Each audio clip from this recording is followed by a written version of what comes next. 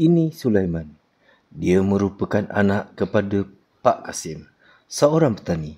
Ibunya seorang suri rumah, mempunyai 6 orang anak, dan Sulaiman merupakan abang sulung kepada adik-beradik.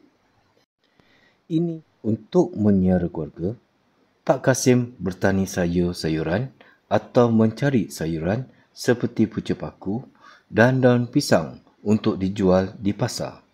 Pak Kasim juga mengambil upah untuk membuat kerja-kerja kampung seperti membersihkan laman rumah, meracun rumput dan lain-lain. Sulaiman adalah seorang anak yang baik dan sentiasa cemerlang dalam mata pelajarannya. Sulaiman telah mendapat keputusan yang cemerlang di dalam peperiksaan SPM-nya.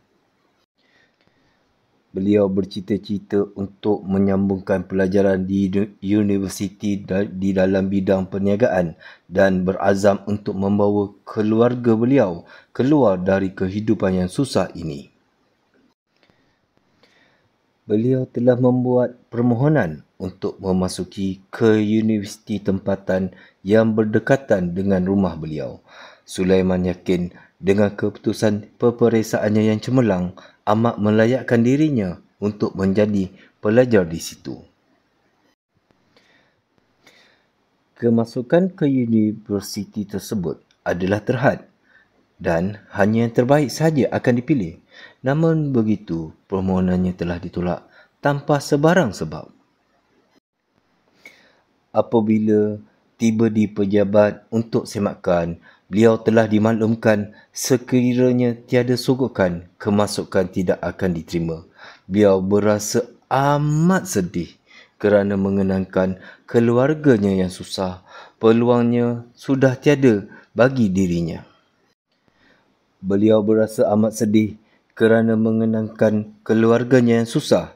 Dengan berat hati, Sulaiman pulang ke rumahnya hanya untuk menyampaikan berita sedih atas kegagalan kemasukan ke universiti tersebut.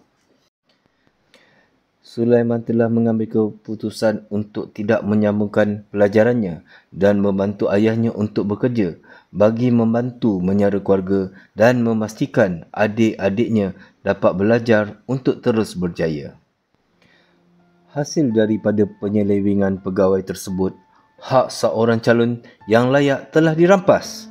Keluarga Pak Kasim terus berada di dalam kelompok kemiskinan dan Sulaiman hilang peluang untuk menambah baik status keluarganya. Tolak rasuah. Amanah dipegang, rasuah terhalang.